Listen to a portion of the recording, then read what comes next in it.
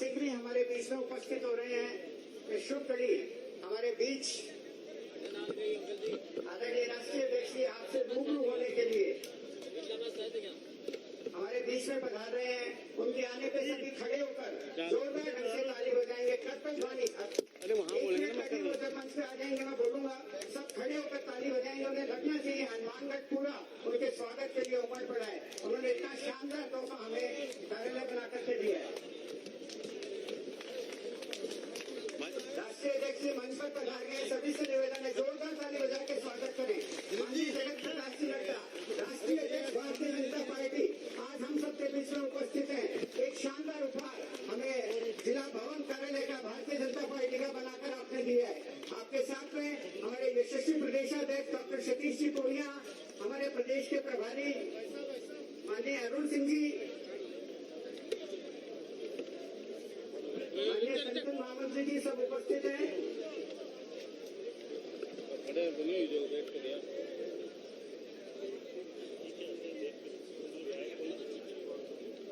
स्वागत, अभिनंदन। माननीय राष्ट्रीय अध्यक्ष जी का एक शानदार उपहार आपने हमें इस सुंदर कार्यालय के रूप में दिया। निश्चित ही हम आपने जो उपहार दिया है इसका समुचित उपयोग करते हुए पार्टी आपकी मंशा के अनुरूप पार्टी के काम को अंतिम व्यक्ति तक पहुंचाएंगे। पार्टी के विचार से प्रभावित करके उसको पार्टी से जोड़ेंगे। मैं सबसे पहले आदरणीय राष्ट्रीय अध्यक्ष जी, आदरणीय प्रदेश अध्यक्ष जी, आदरणीय अरुण सिंह जी, हमारे बीच भारती बहन जो राजस्थान की सह प्रभारी है वे भी उपस्थित है। जोरदार ताली बजा के उनका स्वागत करें। मैं दीप प्रज्वलन के लिए आमंत्रित करूंगा माननीय राष्ट्रीय अध्यक्ष जी, प्रदेश अध्यक्ष जी, आदरणीय अरुण सिंह जी, भारती बहन, आदरणीय चंद्रशेखर जी, वह सबको दीप प्रज्वलन।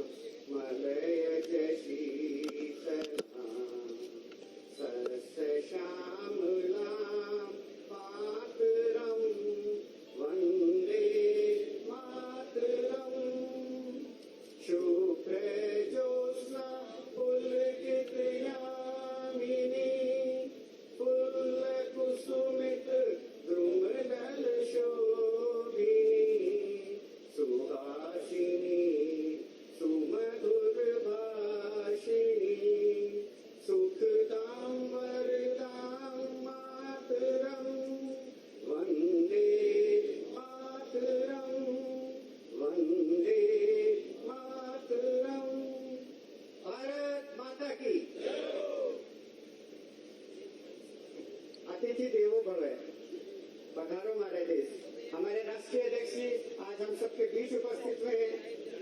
अतिथि स्वागत के लिए मैं सबसे पहले निवेदन करूंगा हमारे प्रदेश अध्यक्ष डॉक्टर सतीश जी पूनिया, जिला अध्यक्ष बलबीर जी बिश्नोई, डॉक्टर राम प्रताप जी पूर्व विधायक मंत्री और प्रदेश कार्य समिति सदस्य संजीव जी बेनीवाल, काशीराम जी गोदारा आज सामूहिक रूप से एक माला के रूप में हम सबकी तरफ से आपका अभिनंदन करेंगे।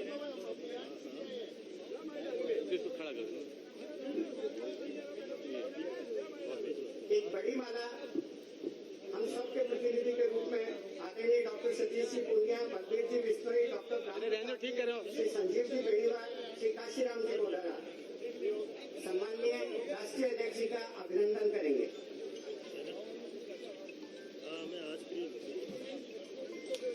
जोरदार तालियों से स्वागत करें।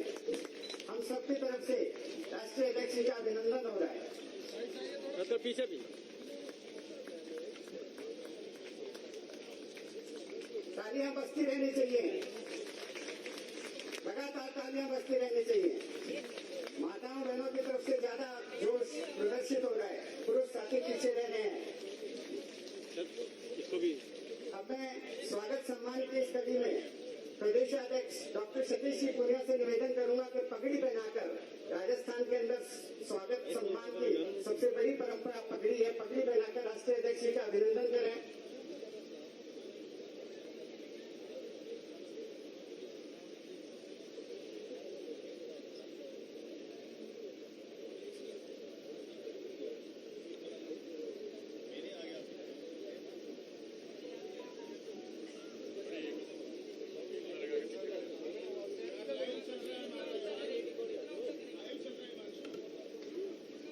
यशस्वी प्रदेशाध्यक्ष डॉक्टर सतीश जी पूनिया पगड़ी पहनाकर राष्ट्रीय अध्यक्ष जी का अभिनंदन कर रहे हैं, स्वागत कर रहे हैं।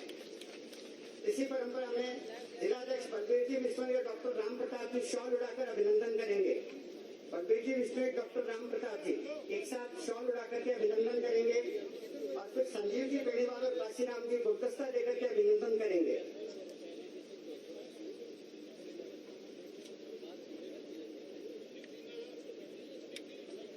संजीव जी, काशीराम जी गुलदस्ता देकर के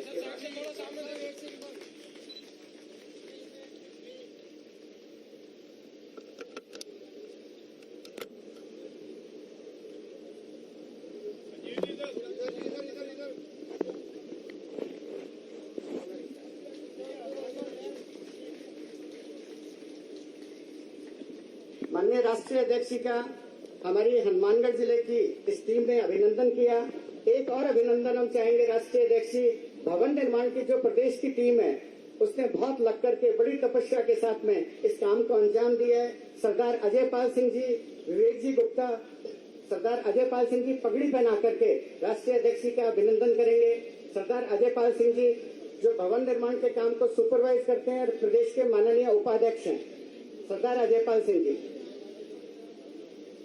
इसके बाद विवेक जी शॉल उड़ा करके अभिनंदन करेंगे। तत्पश्चात दिनेश जी पोदार और प्रदीप जी सिकवाल गुलदस्ता देकर के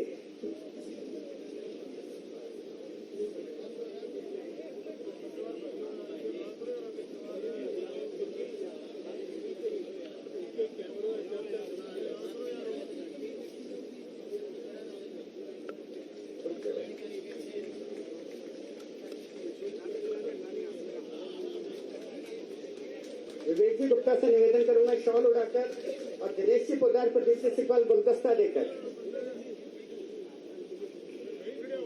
ये भवन निर्माण की प्रदेश समिति इसने खूब चिंता करके इस सुंदर भवन को आप सबको एक काम का प्लेटफॉर्म देने के लिए खड़ा किया है।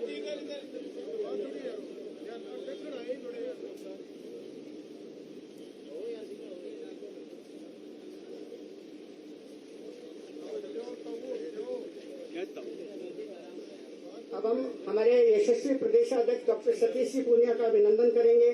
श्री धर्मेंद्र जी एमएलए मोची पगड़ी पहनाकर, गुरदीप जी एमएलए शॉल उड़ाकर और गुमान सिंह जी पुरोहित जो जिले के प्रभारी हैं गुलदस्ता देकर के माननीय प्रदेशाध्यक्ष जी का अभिनंदन करेंगे।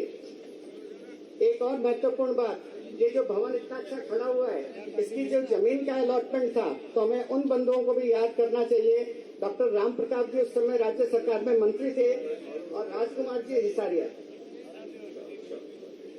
उस समय नगर परिषद के चेयरमैन थे। उन्होंने बहुत अच्छी प्राइम लोकेशन पे हमें जमीन उपलब्ध कराई। इसलिए डॉक्टर राम प्रताप जी और राजकुमार जी हिसारिया का भी ताली बजाकर हमें अभिनंदन करना चाहिए। धर्मेंद्र जी मोची पगड़ी पहनाएंगे। श्री गुरदीप जी एमएलए शॉल और गुमान सिंह जी गुलदस्ता देकर माननीय प्रदेश अध्यक्ष जी का अभिनंदन कर रहे हैं। इसके पश्चात हमारे प्रदेश के प्रभारी आदरणीय अरुण सिंह जी के अभिनंदन के लिए श्री निहाल चंद जी पगड़ी, श्री अभिषेक जी मटोरिया शॉल और कैलाश जी मेघवाल गुलदस्ता। आदरणीय अरुण सिंह जी हमारे प्रदेश के प्रभारी, इनके स्वागत अभिनंदन के लिए श्री निहाल चंद जी पगड़ी, श्री अभिषेक जी मटोरिया शॉल और कैलाश जी मेघवाल गुलदस्ता देकर के आपका अभिनंदन करेंगे। इसके पश्चात भारती बहन जी का हम अभिनंदन करेंगे और फिर माननीय चंद्रशेखर जी वैसा का।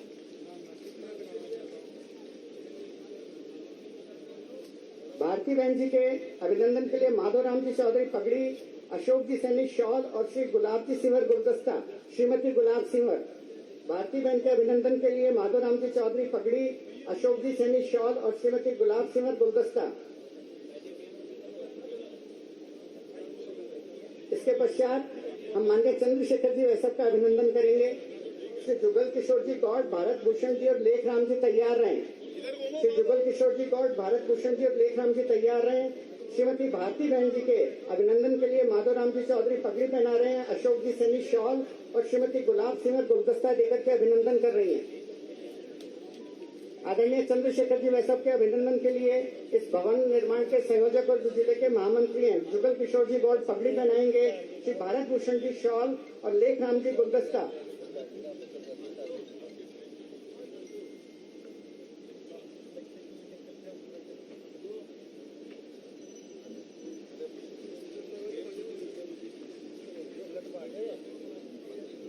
अतिथि स्वागत की परंपरा हमने पूर्ण करी। अब सभी कार्यालयों का डिजिटल माध्यम से लोकार्पण होगा। मैं हिरेंद्र जी कौशिक को निवेदन करूंगा कि कृपया रिपोर्ट देकर और लोकार्पण की जो व्यवस्था है उसको अंजाम दें। श्री हिरेंद्र जी कौशिक। सभी 10 स्थानों पर वो मोमेंट जिसका कि हम वेट कर रहे थे, इंतजार कर रहे थे, हनुमानगढ़ का जो भवन है इसका उद्घाटन हो रहा है।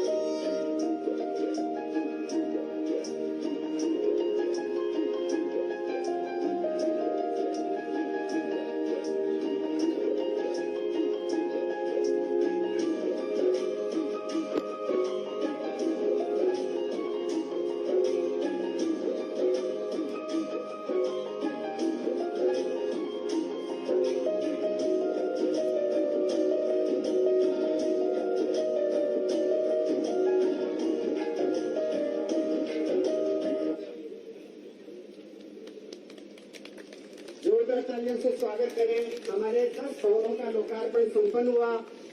हनुमानगढ़ में प्रत्यक्ष रूप से श्री गंगानगर, बीकानेर, नागौर, धौलपुर, अलवर, अजमेर, चित्तौड़गढ़, उदयपुर, बांसवाड़ा 9 जगह पर वर्चुअल माध्यम से और चूरू, दौसा, बारां, प्रतापगढ़ 4 स्थानों पर भूमि पूजन। अभिनंदन राष्ट्रीय अध्यक्ष जी, इस हमें जो आपने गिफ्ट दिया है, जो एक हमारा राजस्थान के कार्यकर्ताओं को एक आपने संबल बढ़ाया इतने कार्यालयों का उद्घाटन करके। भारतीय जनता पार्टी की परंपरा है, दीनदयाल जी उपाध्याय ने कहा अंत्योदय, समाज के अंतिम व्यक्ति के कल्याण और उसके सम्मान का हमेशा ध्यान रखते हैं। इसी क्रम में श्रम का सम्मान, जिन व्यक्तियों ने इस भवन को अपनी गहरी पसीने से बहा करके बनाया है, प्रतीक स्वरूप 4 व्यक्तियों का हम सम्मान करेंगे। श्री रूपाराम जी जो यहाँ मिस्त्री थे, श्री उचित मंडल, श्री जीत सिंह जी, और इन सबको जो कोऑर्डिनेट करा रतन सिंह जी, उनका उसके पश्चात श्री रूपाराम जी मंच पर पधारे, श्री उचित जी मंडल और श्री जीत सिंह जी तीनों कृपया मंच पर पधारे।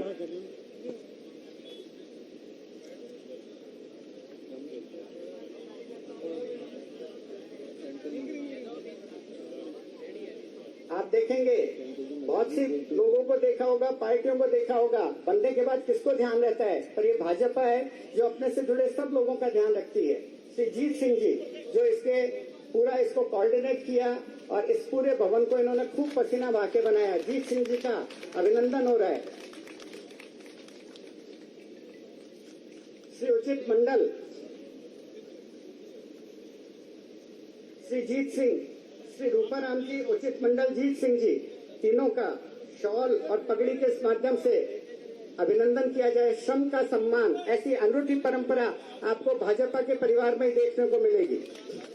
जिन्होंने अपने पसीने से मजदूरी कर मिस्त्री के रूप में काम करके इस भवन को बनाया, प्रतीक स्वरूप उन 3 व्यक्तियों का सम्मान किया जा रहा है। ऐसी परंपरा आपको सिर्फ भारतीय जनता पार्टी के अंदर ही देखने को मिलेगी।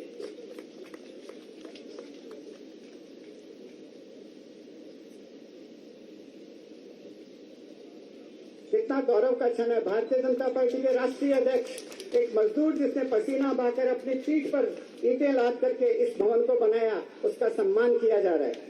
एक अद्भुत क्षण, आप भीतर तक गहराई से इसको महसूस करें। और मैं निवेदन करूंगा श्री रतन सिंह जी से, जिन्होंने ये भवन के ठेकेदार थे, बहुत सुंदर मेहनत करके इसको बनाया, श्री रतन जी। अब मैं निवेदन करूंगा हम सबको संबोधित करने के लिए हमारे प्रदेश के यशस्वी प्रदेशाध्यक्ष डॉक्टर सतीश जी पूनिया, जो कार्यकर्ताओं के बीच में एक परिवार के मुखिया की तरह वर्षों से संभालते रहे हैं। एक राजसादुलपुर के छोटे से गांव बेबड़ से लेकर विद्यार्थी परिषद, भारतीय जनता युवा मोर्चा, पार्टी, विधायक और प्रदेशाध्यक्ष का आपने एक शानदार सफर तय किया है। मैं निवेदन करूंगा कि हम सबके प्रिय, हम सबके बीच में रहने वाले, हम सबकी सतत संभाल करने वाले हमारे प्रदेश के यशस्वी प्रदेशाध्यक्ष डॉक्टर सतीश जी पूनिया हम सबको संबोधित करें। डॉक्टर सतीश जी पूनिया, जोरदार तालियों से स्वागत करें।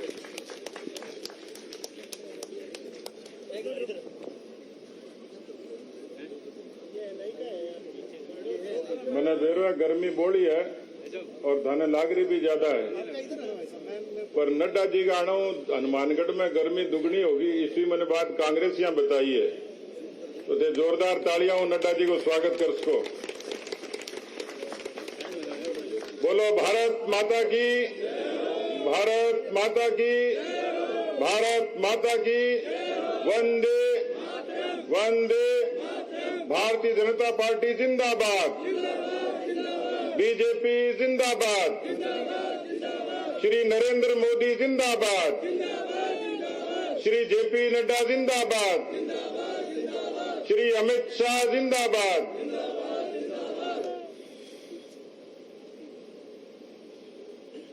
भारत ने पूरी दुनिया के सामने लंबी परंपरा से, सनातन परंपरा से इतिहास रचा है। दुनिया के इतिहास में ये अनूठा देश है और इस देश की, आधुनिक देश की कोई ताकत पूछे तो लोकतंत्र भारत की ताकत है।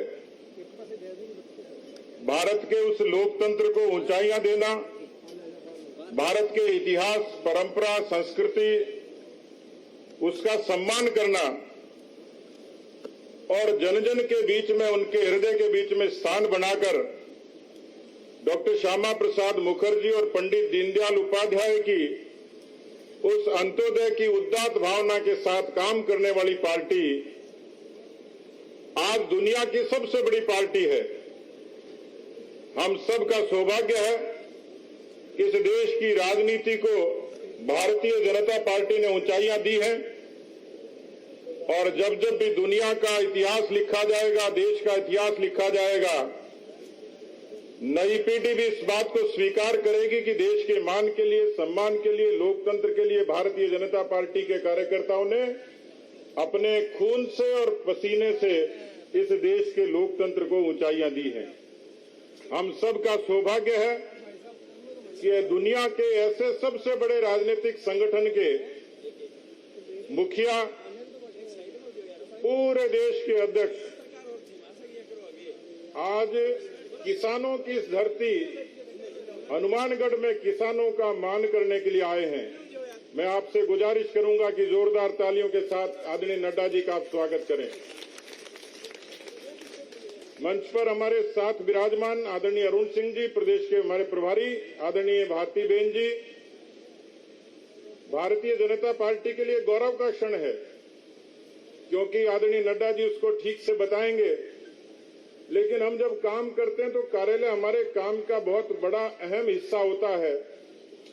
और अंग्रेजी की कहावत है कि जब कोई स्थान अच्छा होता है तो विचार भी अच्छे आते हैं, उन्नत आते हैं। एक सहूलियत के लिए, व्यवस्था के लिए कार्यालय का निर्माण हमारी परंपरागत संगठन के काम का हिस्सा है और हम सब का सौभाग्य है। मैं खुद 1992 से राजनीति में और हनुमानगढ़ बहुत बार आता हूं, लेकिन मैंने कभी कल्पना नहीं करी थी कि भारतीय जनता पार्टी को हनुमानगढ़ में इतना सुसज्जित कार्यालय मिलेगा। तो मित्रों, ये आप सबका सौभाग्य, मैं बधाई देता हूं आप सबको। और केवल हनुमानगढ़ नहीं, मुझे स्क्रीन पर हर जिले के प्रमुख कार्यकर्ता दिख रहे हैं। माननीय नड्डा जी अपने शब्दों से उनका सम्मान करेंगे, लेकिन 10 कार्यालयों का शुभारंभ और 4 का शिलान्यास। राजस्थान के 33 जिलों में, आधे से ज्यादा जिलों में पार्टी के कार्यालयों का निर्माण, ये राजस्थान की भारतीय जनता पार्टी के संगठन की इतिहास विकास की परंपरा में एक अहम पड़ाव है। इन पूरे कार्यालय के निर्माण में हमारे माननीय संगठन मंत्री जी ने, वो शिल्पी तो नहीं है, लेकिन उन्होंने पूरे तरीके से इन कार्यालय के निर्माण में जिस तरीके की प्रतिबद्धता से, समर्पण से रुचि दिखाई, ऐसे हमारे आदरणीय चंद्रशेखर जी जो प्रदेश के संगठन मंत्री आज हमारे बीच में विशेष रूप से विराजमान है। इस संभाग के हमारे भाई माधोराम जी जो प्रभारी हैं, और देखिए कितना सुखद संयोग है। मैं भाई बलबीर बिश्नोई को इस बात के लिए बधाई दूंगा। आदमी कोई अनुष्ठान करता, कोई तंत्र मंत्र करता, सुंदरकांड करता, सवामणि बोलता तो भी सौभाग्य नहीं मिलता। घर बैठे गंगा आ गई और भाई बलबीर को आदरणीय राष्ट्रीय अध्यक्ष जी ने खुद ने बलबीर को नए कार्यालय की कुर्सी पर बैठाया है। एक छोटे कार्यकर्ता का मान इससे बड़ा क्या होगा। बलबीर जी के सौभाग्य के लिए भी ताली बजा सकते हो आप लोग। एक साधारण कार्यकर्ता आज राष्ट्रीय अध्यक्ष जी के हाथों इस तरीके से सम्मानित होता है। मित्रों, कार्यकर्ताओं, यदि ये चरित्र कहीं दिखता तो भारतीय जनता पार्टी में दिखता, और इस चरित्र का निर्वहन कोई कर सकता है तो आदरणीय जेपी नड्डा जी जैसे हमारे राष्ट्रीय अध्यक्ष कर सकते हैं। मंच पर हमारे बीच में लोकप्रिय सांसद निहाल जी, इस हनुमानगढ़ जिले के हमारे भीष्म पिता में, वैसे तो मैं यदि कहूंगा वयोवृद्ध कहूंगा तो डॉक्टर साहब नाराज हो जाएंगे क्योंकि उनकी फिल्म का नाम है अभी मैं जवान हूं, लेकिन डॉक्टर राम प्रताप जी की निष्ठा इस कार्यालय में दिखती है। हमारे भजनलाल शर्मा जी प्रदेश के महामंत्री हैं, मेरे साथ आए हैं, और कोई धार्मिक काम हो, शुभ मांगलिक काम हो और बाबा जी नहीं आए तो अपना अधूरा रहता है। अपने को तो बाबा जी भी मुफ्त में मिल गए, बालकनाथ जी संयोग से आशीर्वाद देने के लिए आए। आपको अलवर रहना था पर बाबा जी ने एक टिकट में 2 फिल्म देख ली, अलवर में भी कार्यालय बना लिया और हनुमानगढ़ में भी उपस्थिति दे दी। ऐसे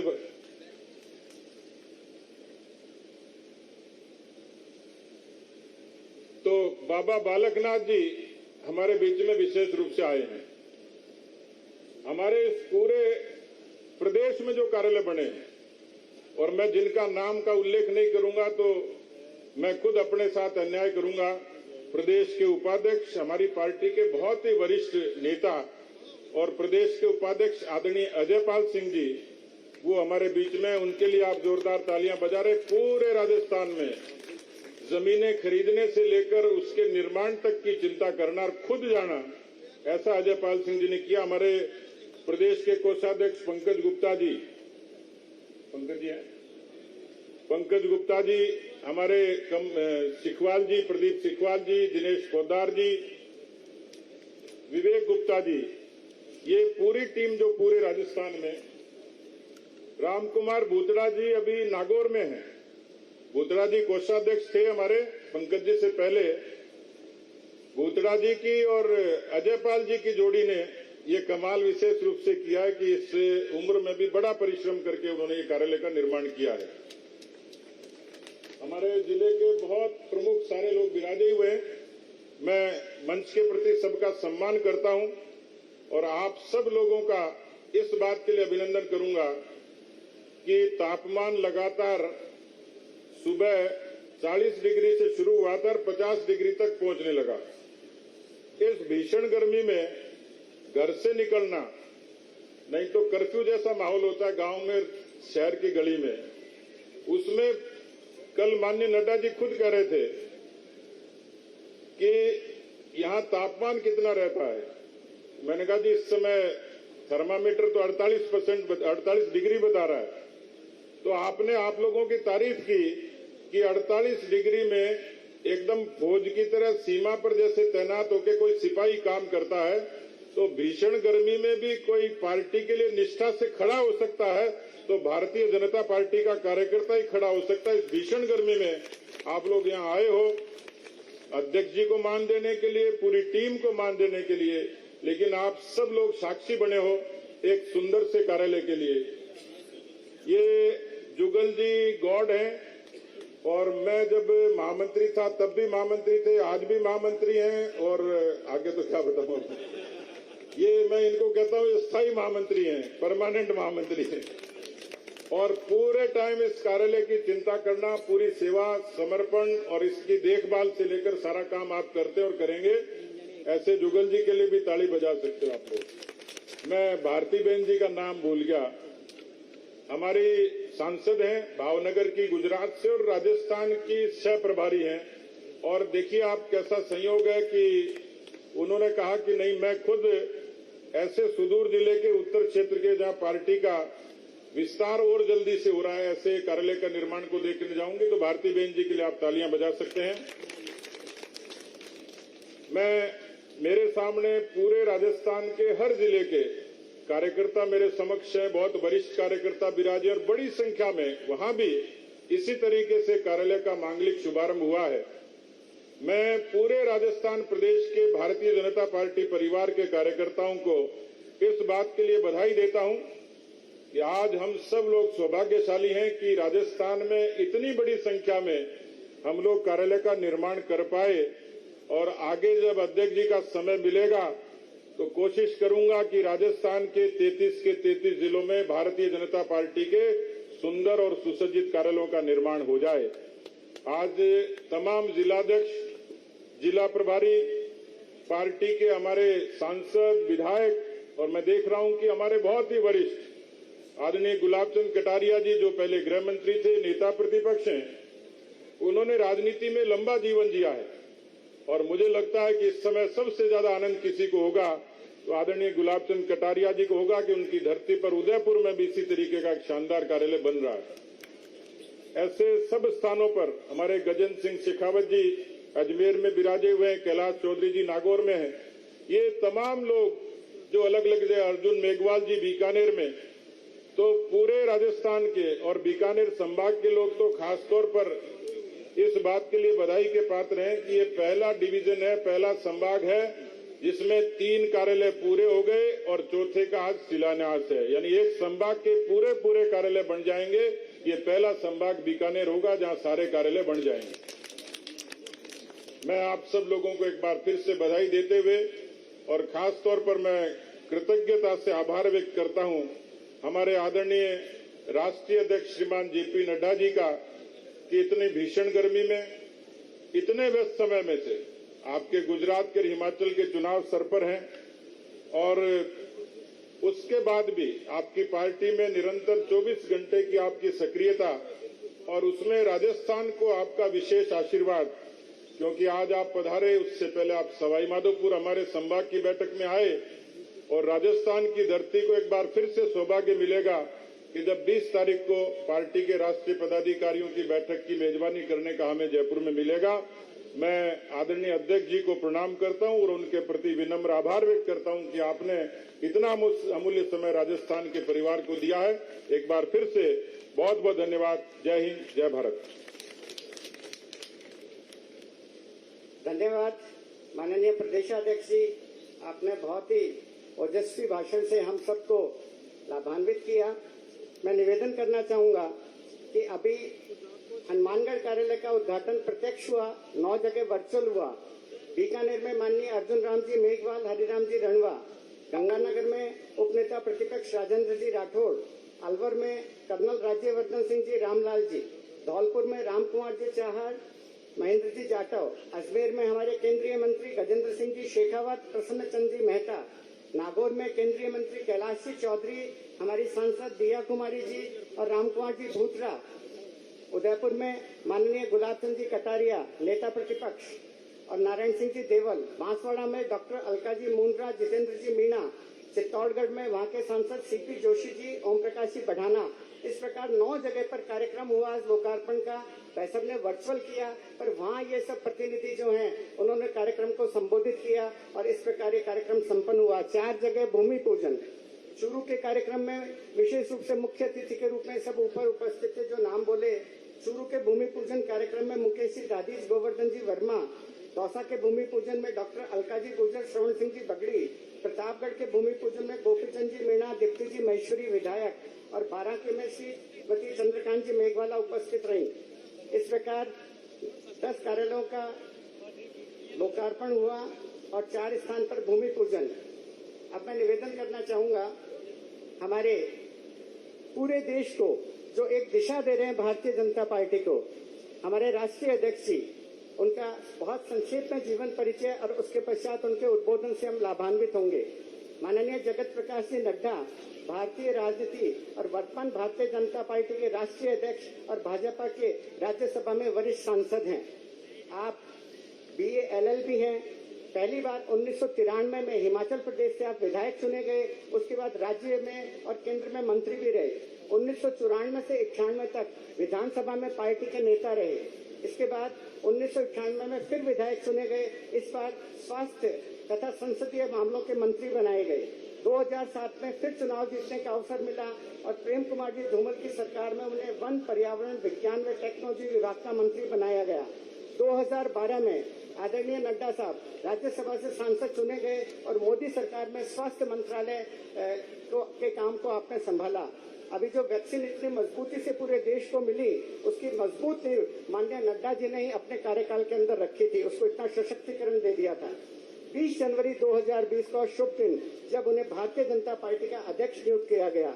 हम सब सौभाग्यशाली हैं कि हमें एक ऐसे राष्ट्रीय अध्यक्ष मिले जिन्होंने बिल्कुल नीचे से लेकर ऊपर तक का काम किया है और आज हमें सुंदर उपहार के रूप में हनुमानगढ़ और प्लस 9 जिला कार्यालय का भवन उद्घाटन करके काम करने का अवसर दिया। ऐसे आज के इस गर्मी के माहौल में आपके पधारने पर हनुमानगढ़ और पूरे राजस्थान की जनता आपका जोरदार अभिनंदन करती है। मैं निवेदन करूंगा कि आप अपना उद्बोधन दें, सभी कार्यकर्ता खड़े होकर उससे पूर्व स्वागत करें। सभी कार्यकर्ता अपने स्थान पर। माननीय नड्डा जी एक जोरदार सौगात हमारे लिए लेकर के आए हैं। आपका अभिनंदन, स्वागत राष्ट्रीय अध्यक्ष।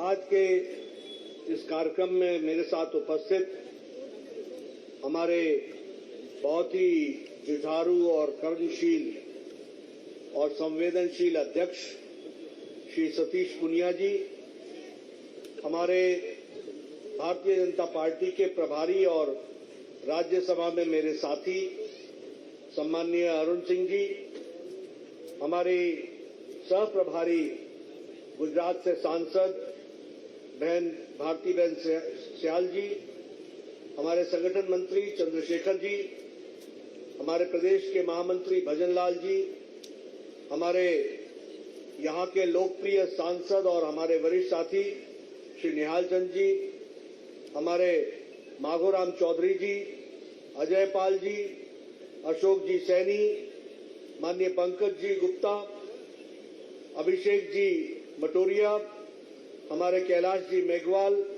गुमान सिंह जी राजपुरोहित, बलबीर सिंह जी बिश्नोई, हमारे धर्मेंद्र जी, गुरदीप सिंह जी, डॉक्टर राम प्रताप जी, विवेक गुप्ता जी, सतीश सरीन जी, दिनेश जी पोद्दार, प्रदीप सिखवाल जी, हमारे सांसद माननीय बालकनाथ जी, अमर सिंह राठौर जी, जुगल किशोर गौड़ जी, सम्मानित मंच और इतनी बड़ी संख्या में यहाँ पर एकत्र आए पार्टी के वरिष्ठ कार्यकर्ता, देवी और सज्जनों, और इसके साथ साथ हमारे 10 स्थानों पर जुड़े हुए जो 10 कार्यालयों का श्री गणेश हो रहा है, वहां उपस्थित और वीडियो कॉन्फ्रेंस से जुड़े हुए हमारे सभी वरिष्ठ साथीगण और 44 जिला में लाइव देख रहे हमारे सभी कार्यकर्ता बंधु। यहां मैं अपने सामने एक बड़े टीवी स्क्रीन पर देख रहा हूं कि बीकानेर में अर्जुन मेघवाल जी, हरिराम जी, ताराचंद सारस्वत जी वो बैठे दिख रहे हैं। उसी तरीके से गंगानगर में मुझे राजेंद्र राठौर जी दिख रहे हैं और हमारे अलवर में राजवर्धन सिंह दिख रहे हैं, रामलाल जी शर्मा दिख रहे हैं। अजमेर में हमारे गजेंद्र सिंह शेखावत जी दिख रहे हैं और प्रसन्न चंद जी मेहता भी दिख रहे हैं और शायद उनके बगल में डूडी जी बैठे हैं। बहुत देख नहीं पा रहा हूं लेकिन लगता है कि वो डूडी जी हैं। उसी तरीके से धौलपुर में राजकुमार चाहर जी हैं जो हॉल के अंदर बैठे हैं और साथ में उनके महेंद्र जाटव जी हैं। नागौर में कैलाश चौधरी जी और राजकुमार भूतरा जी दिख रहे हैं। उदयपुर में गुलाब सिंह कटारिया जी दिख रहे हैं और हमारे चित्तौड़गढ़ में सीपी जोशी जी और ओम प्रकाश भड़ाना जी दिख रहे हैं। इस प्रकार से गोवर्धन जी हमारे चूरू में और गोपीचंद मीना जी प्रतापगढ़ में और 12 में श्रीमती चंद्रकला मेघवाल जी दिख रही हैं। नजदीक से देखने के लिए मैंने ये आपके फोटो शॉट्स भी मंगवाए ताकि मैं देख सकूं और इस समय फोकस अर्जुन राम मेघवाल जी पर है कैमरे का। बिल्कुल अगल बगल कोई दिख नहीं रहा है, सभी हमारे सज्जन वृंद दिख रहे हैं लेकिन पूरा फोकस अर्जुन राम मेघवाल जी पर है। अब गजेंद्र जी पर भी फोकस कर दिया गया है। आप सभी को मेरा राम राम, सभी को मेरा नमस्कार।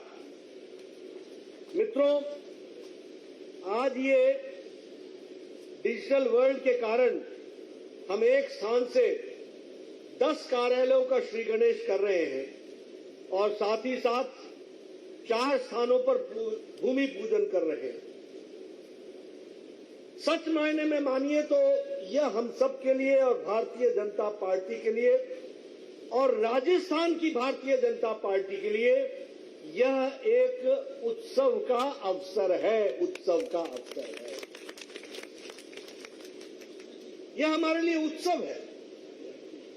अब कल्पना कीजिए कि आज 10 स्थानों पर ऐसे भव्य मंदिर हमारे कार्यालय खड़े हो रहे हैं। मित्रों, यह कार्यालय की कल्पना हमारे से पूर्व अध्यक्ष श्री अमित शाह जी ने रखी और उन्होंने कहा था कि हर जिले में कार्यालय होना चाहिए।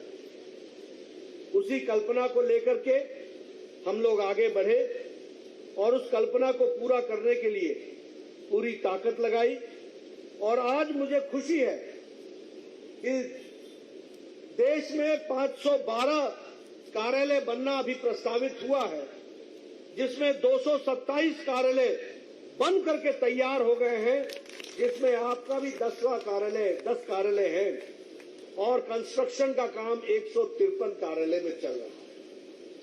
ये कल्पना अमित शाह जी ने की थी और इसको हम पूरा करने के लिए हमारे सांसद और महामंत्री अरुण सिंह जी पूरी ताकत से लगे और इस कल्पना को पूरा कर रहे हैं। मित्रों, यह कार्यालय आधुनिक व्यवस्था से सुसज्जित कार्यालय है। यह कार्यालय में जहां कॉन्फ्रेंस हॉल है, जहां मीटिंग के लिए हॉल है, जहां ई लाइब्रेरी है, डिजिटल लाइब्रेरी है, जहां प्रेस कॉन्फ्रेंस करने के लिए मीडिया सेंटर है, जहां अध्यक्ष के बैठने के लिए अलग व्यवस्था है, जहां पदाधिकारियों के बैठने के लिए अलग व्यवस्था है, जहां आगंतुकों के लिए आने के लिए उनके लिए बैठने की अलग व्यवस्था है, ऐसा एक आधुनिकतम कार्यालय बनाना जो तय किया था उन्होंने, आज उसको हम कार्य रूप दे रहे हैं। और उसी कड़ी में 10 कार्यालय आज राजस्थान को समर्पित हो रहे हैं। इसके लिए मैं आपको बहुत बहुत बधाई देता हूं। और साथ ही साथ दौसा में, प्रतापगढ़ में, बरान में और चूरू में शिलान्यास हो रहा है। और मेरा मानना है कि बहुत जल्द आप लोग वहां भी तीव्र गति से कार्यालय बनाएंगे और राजस्थान को कार्यालय से युक्त रखेंगे, ताकत के साथ खड़े होंगे। इसके लिए मैं पुनः आपको बधाई देता हूं। मित्रों, ये मैं बार बार शब्द कार्यालय क्यों कह रहा हूं, मैं ऑफिस क्यों नहीं कहता? ऑफिस इसलिए नहीं कहता क्योंकि ऑफिस 10 बजे खुलता है और 5 बजे बंद हो जाता है। और कार्यालय ऐसा होता है जिसका पट कभी भी बंद नहीं होता, 24 घंटा 365 दिन खुला रहता है। उसको हम कार्य करने का स्थान कार्यालय के रूप में जानते हैं। और यह कार्यालय ऊर्जा का केंद्र होता है, यह कार्यालय संस्कार का केंद्र होता है, यह कार्यालय हमारे को एक नई चेतना देने का, एक संस्कार देने का कार्यालय होता है। मैं जब युवा था तो मेरे से लोग पूछा करते थे, ये बीजेपी क्या होती है, ये कैसी पार्टी? तो मैं उनको कहता था खाली हो? बोले हाँ खाली है, तो कार्यालय आ जाओ। बोला कार्यालय क्यों? मैंने कहा कार्यालय आओगे तो तुमको वहां पर 20 महान लोगों के, जिन्होंने पार्टी को समर्पित किया, उनके आपको चित्र दिखने को मिलेंगे। आप फिर मेरे से प्रश्न करोगे ये कौन है, ये क्या नाम है इनका? फिर मैं आपको उनका इतिहास बताऊंगा। फिर मैं आपको यह भी बताऊंगा कि किस तरीके से उन लोगों ने अपने जीवन को खपा दिया, जिसके कारण आज तुम और हम यहां पर यशस्वी होकर के बैठे। तो कार्यालय आओगे तो संस्कार पड़ेगा, संस्कार का केंद्र है ये कार्यकर्ताओं को तैयार करने का यंत्र है। और इसलिए मैं कई बार कहता हूं कि ये कार्यालय संस्कार का केंद्र होता है, ऊर्जा का केंद्र होता है, योजनाओं का केंद्र होता है, योजनाओं को क्रियान्वित करने का ये केंद्र होता है। इसको हमको इस तरीके से देखना चाहिए। और पार्टी हमारी मां है, उसके काम करने का जो स्थान है वो कार्यालय है। और मित्रों, हमको बचपन में बताया गया था कि पार्टी को चलने के लिए 5 क चाहिए, कार्यालय चाहिए, कार्यक्रम चाहिए, कार्यकर्ता चाहिए, कार्यकारिणी चाहिए, कोष चाहिए। हमारे पास कार्यालय था, कार्यकर्ता था, हमारे पास कार्यकारिणी थी, हमारे पास कार्यक्रम था, हमारे पास कार्यक्रम को करने के लिए कार्यकर्ता भी था, हमारे पास वातावरण भी था, लेकिन हमारे पास कार्यालय नहीं था। और हम किराए के 2-2 कमरे में रहा करते थे। याद करो वो दिन, इस पार्टी को सींचने में 4-4 पीढ़ियां खप गई, 4-4 पीढ़ियां, जिन्होंने कभी स्वप्न भी नहीं देखा था कि ऐसे भव्य कार्यालय में हमारे जिला अध्यक्ष को बैठने का मौका मिलेगा और हमारे कार्यकर्ताओं को काम करने का मौका मिलेगा। लेकिन उनकी तपस्या, उनका मितव्यता, उनकी साधना, उनकी सोच, उसका प्रमाण है कि आज ये कार्यालय जीते जागते संस्कार केंद्र और ऊर्जा केंद्र के रूप में विराजमान है। और इसलिए मैं इसको एक उत्सव मानता हूं। और इस उत्सव में आप सब लोगों ने अपने आप को जोड़ा है। ये सच में आप याद करो ना, मैं उन कार्यकर्ताओं को याद करता हूं जो किसी छोटी सी पतली सी गली में 2 कमरे होते थे, एक में खुद कोई कार्यकर्ता रहता था और एक में कार्यालय चलता था। वहां से बढ़कर के आज हम इस तरीके के कार्यालय के रूप में आए हैं। यह सच में उत्सव का भी अवसर है और समझने का भी अवसर है। मित्रों, अगर हम बात करें, एक समय में हमारे 2 सांसद होते थे और आज हमारे 302 हैं, चुने हुए प्रतिनिधि 302। एक समय में हम संगठन को आगे मजबूत करने के लिए कार्य करते थे, हमारी संख्या लाखों में थी। आज हर एक कोई हमारा परिचय देता है, हमारा विरोधी भी परिचय देता है, तो वो कहता है विश्व की सबसे बड़ी पार्टी, 18 करोड़ के सदस्यों वाली पार्टी भारतीय जनता पार्टी। और राजस्थान भी कम नहीं है, 44 आपके जिले हैं।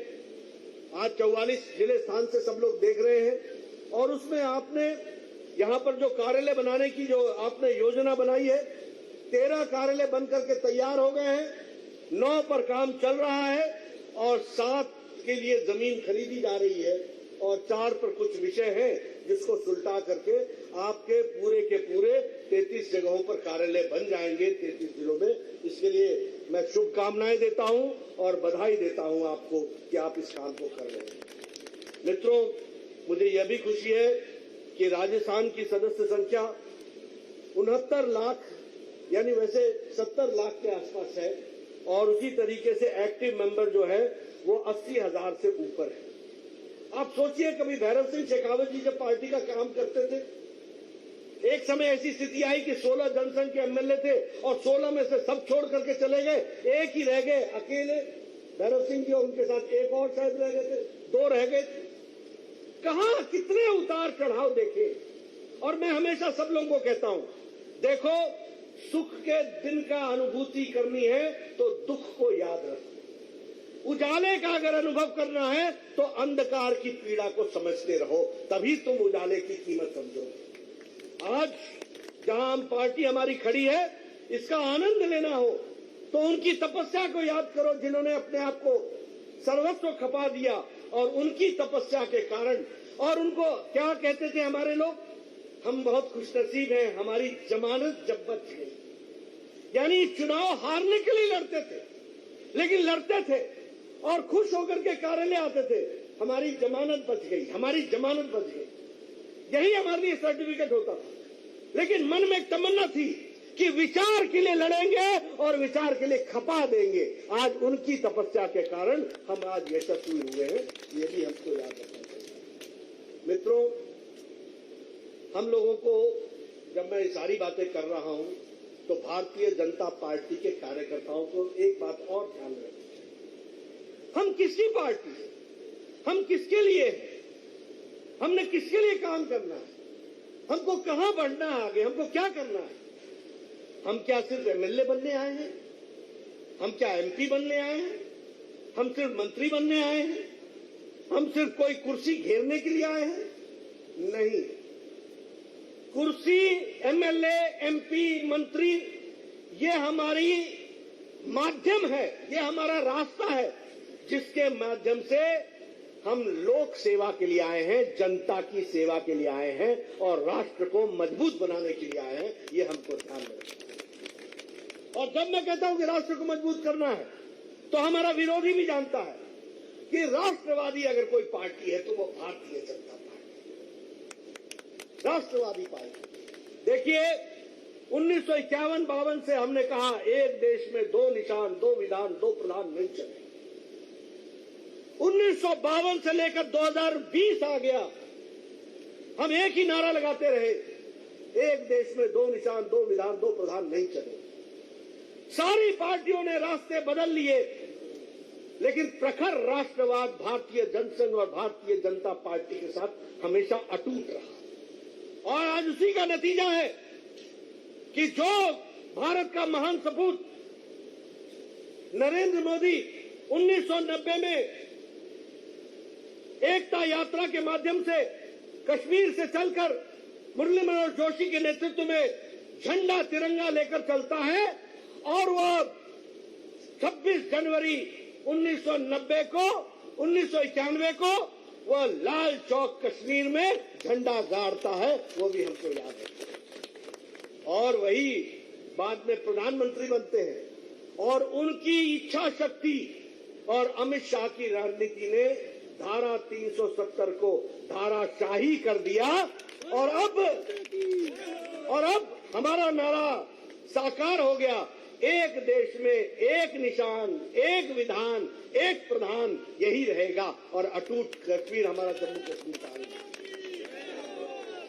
तो राष्ट्रवादी तो हम हैं ही हैं, लेकिन राष्ट्रवाद के साथ साथ हमने तय करना है कि हम गांव, गरीब, वंचित, पीड़ित, शोषित, दलित, महिला, युवा, किसान, इनकी आंसू को पोंछने का और इनको ताकत देने का काम हमने करना है। हम इनकी सशक्तिकरण के लिए हैं और सत्ता हमारे लिए माध्यम है। सत्ता हमारा लक्ष्य नहीं है, सत्ता अंत नहीं है, सत्ता के माध्यम से विकास करने का रास्ता है। इस बात को भी हमको समझना है और इसीलिए मैं आप सबसे निवेदन करना चाहूंगा कि आप सब लोग अपने जीवन में भी कौन से काम ले सकते हैं जिससे गांव, गरीब, वंचित, पीड़ित, शोषित, दलित, महिला, युवा, इनके लिए हम काम कर सकते हैं, इसकी भी हमको चिंता करनी चाहिए। और मोदी जी ने हमको कार्यक्रम दिए।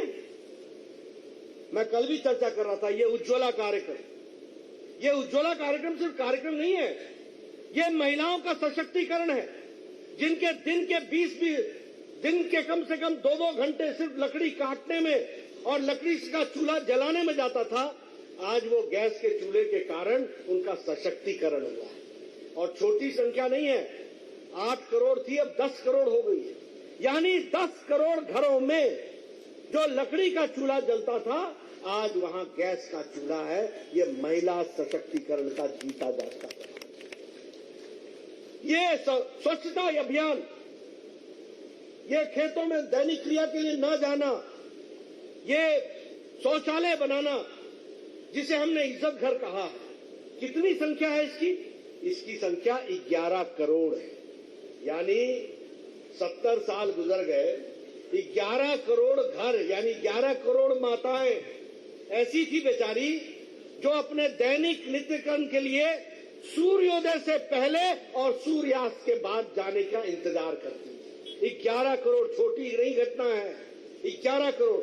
अब 11 करोड़ बहनों के बच्चे भी थे, यानी ये सब खेतों में जाया करते थे दैनिक क्रिया। लेकिन मोदी जी ने इनको खेतों में जाने से रुकवाया और इज्जत घर घर में दिया। 11 करोड़ इज्जत घर बनाए और उनका सशक्तिकरण दिया, उनको ताकत दी। ये भी हमको याद रखना चाहिए। अगर हम बात करें सौभाग्य योजना की, 3.5 करोड़ घरों में बिजली पहुंचाइए, 3.5 करोड़ घर। राजस्थान में भी लाखों की संख्या में पहुंचाइए। इसका मतलब कि वो माताएं बेचारी डिबरी जला करके पढ़ा करती थी, बच्चे पढ़ा करते थे। टीवी नाम की चीज नहीं होगी, फ्रिज की कभी कल्पना नहीं कर सकते, कोई उनके पास व्यवस्था नहीं थी। आज उनको भी एक इज्जत के साथ जीने का मौका मिला है, तो वह हमको सौभाग्य योजना के माध्यम से मिला है। अनेक योजनाएं उठा करके देखिए। आप बताइए, कोरोना जब आया तो ये जनधन खाते में मोदी जी ने 500-500 रुपए 20 करोड़ बहनों के खाते में पहुंचाया कि नहीं पहुंचाया? पहुंचाया कि नहीं पहुंचाया? ये महिला सशक्तिकरण था। 500-500 रुपए, 3 महीने लॉकडाउन रहा तो 3 महीने 500-500 रुपए पहुंचाया। हमारे वृद्धा पेंशन की दृष्टि से 1000 रुपए पहुंचाया गया हर महीने। हमारे अपने विकलांग भाइयों को 1-1 रुपए पहुंचाया गया। ये सशक्तिकरण, यानी गांव, गरीब, वंचित, पीड़ित, शोषित, दलित, युवाओं के लिए स्टैंड अप योजना, स्टार्टअप योजना, हमारे दलित भाइयों के लिए स्टार्टअप योजना अलग से चलाया गया।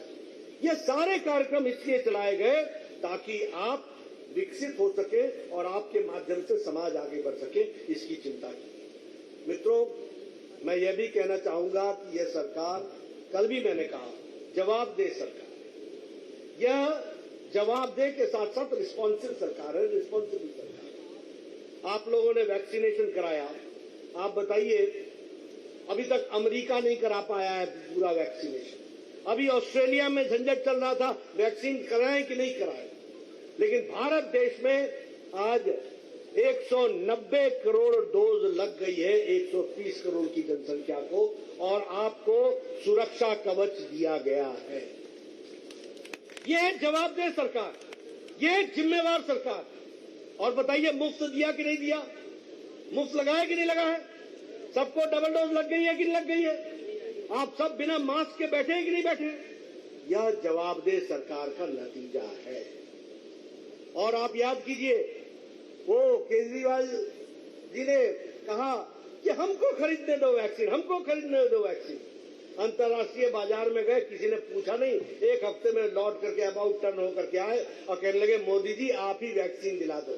और अंत में क्या कहा, मुफ्त ही दिला दो। मोदी जी ने कहा ये तेरे बस का रोग नहीं है, ये हम ही कर सकते हैं, मोदी है तो मुमकिन है, ये हमको ध्यान में रखना है। और वैक्सीनेशन हुआ। आज हम सुरक्षा कवच के साथ 130 करोड़ की जनसंख्या खड़ी है, ये भी हमको समझना चाहिए। मैंने अभी भी चर्चा की थी, कल भी चर्चा की थी, ऑपरेशन गंगा के तहत क्या आप बताइए 23,000 बच्चों को वापस लेकर के यूक्रेन से आए कि नहीं आए, मोदी जी आए कि नहीं आए। 23,000 बच्चे, किस देश ने ऐसी कोशिश की है? अमेरिका ने की क्या, कनाडा ने की क्या, ऑस्ट्रेलिया ने की क्या, यूरोप ने की क्या, कौन सा देश है? आप बताइए। मोदी जी ने पुतिन से बात की कि नहीं की कि हमारे बच्चे हैं वहां पर? ज़ेलेंस्की को बताया कि नहीं कहा हमारे बच्चे हैं? पुतिन ने कहा कि नहीं कहा कि हम युद्ध विराम करते हैं, इतने समय में आप अपने बच्चों को भारत के लिए निकाल लीजिए? सारा विदेश मंत्रालय यूक्रेन के बॉर्डर पर मोदी जी ने लगा दिया, और 1 महीने के अंदर 23,000 बच्चे 114 फ्लाइटों में उनको भारत पहुंचाया। 114 फ्लाइट, जिसमें से 14 फ्लाइट भारतीय एयरफोर्स की थी और बाकी हमारे विमान सेवाओं वाली थी, और उनको ला करके यहाँ भारत में पहुंचाया गया, उनके माता पिता तक पहुंचाया गया। किया कि नहीं किया? और राजस्थान से भी 5,000 बच्चे थे। यह है रिस्पॉन्सिबल सरकार, यह है रिस्पॉन्सिबल सरकार जिसको हमको समझना चाहिए और ध्यान रखना चाहिए। मित्रों, मोदी जी के नेतृत्व में देश मजबूती से आगे बढ़ रहा है। आज हमें खुशी है, आपको जानकर के खुशी होगी। गांधी जी चरखा चलाया करते थे, गांधी जी कहते थे खादी पहनो, गांधी जी कहते थे खादी करो। कांग्रेसी भूल गए 70 साल में, गांधी को ही भूल गए तो बाकी क्या करें? गांधी को भूल गए। मोदी जी ने गांधी जी को याद रखा, खादी को आगे बढ़ाया, और आज आपको जानकर खुशी होगी कि मार्च महीने का टर्नओवर 1,15,000 करोड़ खादी का है। ये हमको आजादी के बाद इतनी बिक्री खादी की कभी नहीं हुई, और ये फास्ट मूविंग कंज्यूमर गुड बन गया है खादी, यह भी हमको याद है। आप बताइए, मोदी जी ने स्टार्टअप के लिए कहा था कि नहीं कहा था, इनोवेशन के लिए कहा था कि नहीं कहा कि आप इनोवेट करो, इनोवेट करो, इनोवेट करो। एक समय जब ये कहा था तो भारत का नौजवान नौकरी मांगता था, भारत का नौजवान बेरोजगारी की बात करता था। मोदी जी ने प्रेरित किया कि तुमको अपना काम भी करना चाहिए। उस समय स्टार्टअप में 500 लोग थे, और आज 68,000 स्टार्टअप भारत में चल रहे हैं, और उसमें 100 ऐसे हैं जो यूनिकॉर्न में आ गए हैं, जिनका नाम यूनिकॉर्न में दर्ज हो गया है, जिनका टर्नओवर 100 करोड़ से ज्यादा हो गया, 100 करोड़ से ज्यादा का टर्नओवर। ये बदलता भारत है जिसको हमको याद रखना है। मित्रों, आप बताइए, राजस्थान के लोग विभिन्न देशों में, प्रदेशों में जाते थे काम करने के लिए कि नहीं जाते? और उनको वहां राशन कार्ड नहीं होता था, क्योंकि उनका घर जहां है वहीं राशन कार्ड बनता था। प्रधानमंत्री जी ने 1 नेशन 1 राशन कार्ड। अब देश में कहीं भी चले जाओ, तुम्हारे को तुम्हारे राशन का हिस्सा मिलेगा, तुम्हारे कार्ड पर मिलेगा। ये भी उसकी व्यवस्था की। तो मित्रों, आपको जानकर के खुशी होगी, जब मैं रिस्पॉन्सिव गवर्नमेंट कहता हूं, कोरोना आया तो कोरोना में क्या 80 करोड़ की जनता को तब से मोदी जी 5 किलो गेहूं या 5 किलो चावल, 1 किलो दाल दे रहे हैं कि नहीं दे रहे हैं? 80 करोड़ की जनता को प्रधानमंत्री अन्न योजना में मिल रहा है कि नहीं मिल रहा है?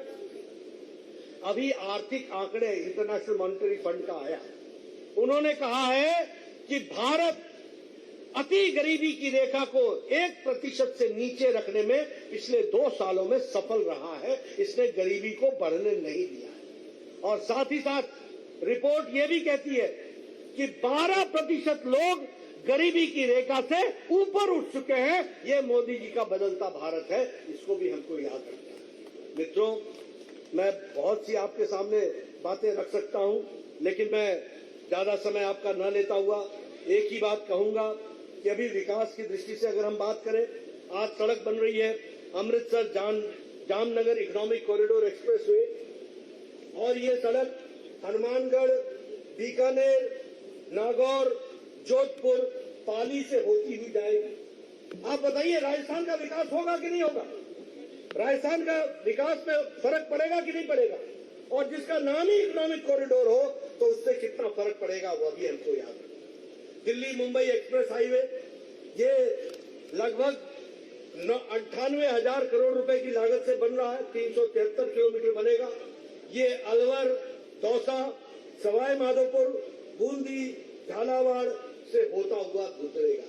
बताइए, राजस्थान का विकास होगा कि नहीं होगा? तो हर दृष्टि से एक विकसित प्रदेश को बनाने के लिए आदरणीय प्रधानमंत्री जी के नेतृत्व में काम चल रहा है। लेकिन मैं यहाँ एक बात जरूर कहूंगा कि मैं आपसे आज कार्यालय के उद्घाटन में तो आया हूँ, लेकिन मैं यहाँ पर निश्चित रूप से राजस्थान की जनता से और विशेष करके हमारे हनुमानगढ़ की जनता, बीकानेर में जो हमारे लोग सुन रहे हैं, श्री गंगानगर में जो हमारी बात को सुन रहे हैं, चित्तौड़गढ़ में, अजमेर में, बांसवाड़ा में, नागौर में, उदयपुर में, अलवर में, हमारे प्रतापगढ़ में और हमारे दौसा में, बारां में और चुरू में जो हमारे कार्यकर्ता हमारी बात को सुन रहे हैं, मैं आपसे निवेदन करने आया हूं कि मुझे राजस्थान में डबल इंजन की सरकार चाहिए। डबल इंजन की सरकार, कोई कारण नहीं है मोदी जी का आशीर्वाद हो और राजस्थान में जन विरोधी सरकार बैठी हो, जिसको जनता से कोई लेना देना नहीं है, जो जनता के मर्म को नहीं समझती, जो जनता के विषयों को नहीं समझती है। और मुझे तो बहुत दुख हो रहा है। राजस्थान, और मेरा तो रिश्ता भी राजस्थान से है, मैं तो राजस्थान के प्रति मेरा विशेष प्रेम है, लगाओ, और हनुमानगढ़ से तो विशेष करके लगाओ। किस बात के लिए राजस्थान जाना जाता था? संस्कार के लिए। किस बात के लिए राजस्थान जाना जाता था? संतोष के लिए। किस बात के लिए राजस्थान जाना जाता था? विकास के लिए। किस बात के लिए राजस्थान में जाना जाता था? संस्कार के लिए। किस बात के लिए राजस्थान जाना जाता था? शांति के लिए। लेकिन ये अशोक गहलोत ने राजस्थान की आबरू पर और राजस्थान के मान पर, सम्मान पर गहरी चोट और आघात पहुंचाई। और मैं कहने के लिए नहीं कह रहा हूं, अखबार खोलो, सबसे ज्यादा बलात्कार के किस्से आज राजस्थान के, सबसे ज्यादा बलात्कार। और गहलोत साहब को कोई पीड़ा नहीं होती, कोई चिंता नहीं होती। और मुझे बताया गया कि एक मंत्री ने एक विधानसभा में बहुत ही हल्का बयान दिया। मैं वो बयान बोल नहीं सकता हूं, उसने वो हल्का बयान दिया।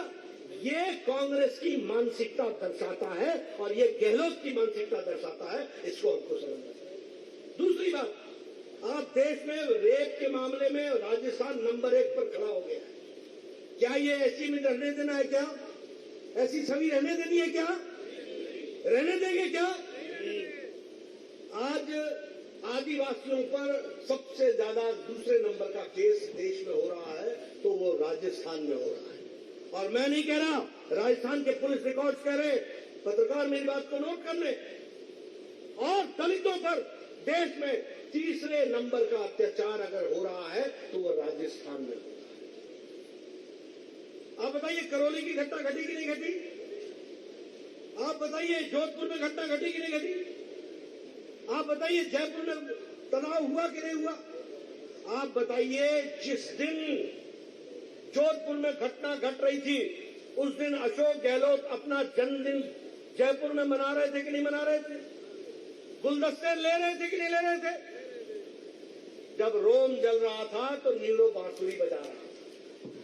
ये हाल ला करके अशोक गहलोत ने खड़ा कर दिया। आप ऐसी सरकार को रहने देंगे क्या? रहने देंगे क्या? रहने देना चाहिए क्या? जल्द से जल्द जो भी हो, जब भी चुनाव आए, इस सरकार को उखाड़ फेंकना है। इसके लिए मैं आपसे निवेदन करूंगा, प्रजातांत्रिक तरीके से उखाड़ फेंकना। कोई कारण नहीं है कि ऐसी सरकार रहे और मोदी जी का आशीर्वाद हो, पैसे की झड़ी लगी हो, विकास के लिए हर तरीके से काम हो रहा हो, वो मिशन से काम करे और यहां अशोक गहलोत की सरकार कमीशन में लगी रहे। वो लोगों की सेवा के लिए काम करे और यहां अशोक गहलोत की सरकार मेवा खाने में लगी रहे। वो लोगों की तस्वीर बदलने के लिए काम करे और यहां पर घोटाले हो। इस ऐसी सरकार को चलने का कोई अधिकार नहीं है। और मैं आपसे निवेदन करने आया हूं, भारतीय जनता पार्टी के कार्यकर्ताओं से, आप मोर्चा संभाल लो, एक एक बूथ संभाल लो। ये कार्यालय आपको मुबारक है। यहां यंत्रणा करो, योजना बनाओ और प्रजातांत्रिक तरीके से ऐसे लोगों को घर पे बिठा दो और काम करने वालों को काम दो। इस बात को हमको लोगों को करना। मित्रों, गर्मी में आप सब लोग डटे रहे हैं, बैठे रहे हैं, ये राजस्थान के स्वभाव के बारे में भी बताता है और भारतीय जनता पार्टी के कार्यकर्ता के संस्कार के बारे में बताता है। इसलिए मैं आपका ज्यादा समय नहीं लूंगा।